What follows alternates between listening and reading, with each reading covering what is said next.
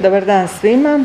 Žao mi je što danas nisam mogla doći u Glinu i biti malo s vama, provesti ovaj dan kod vas, ali evo imamo pregovore oko uspostavljanja nove vlade, tako da sam se priključila našem stručnom timu. Uglavnom, s mislima sam uz vas.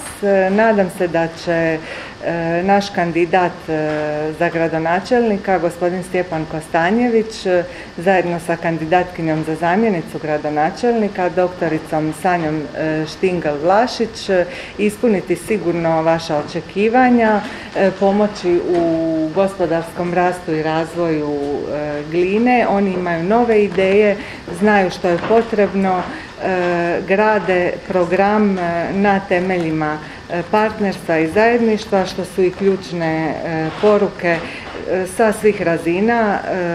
Kada gledamo Europsku uniju i najuspješnije lokalne i regionalne jedinice upravo su radile na taj način.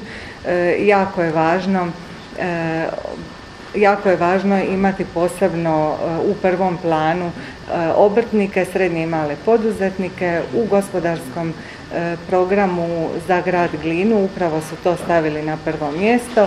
Isto tako i pomoć osnovnoškolcima i srednjoškolcima, osnivanje gospodarskog savjeta, otvaranja Doma hrvatskih branitelja, kluba mladih.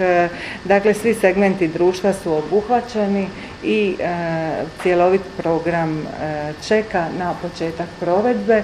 S našim kandidatima grad Glina će biti uspješan u provođenju projekata Europske unije. Ja ću im isto tako iz Europskog parlamenta rado pomagati u prikupljanju i dobivanju europskih sredstava i predlaganju kvalitetnih projekata. Pozdrav svima!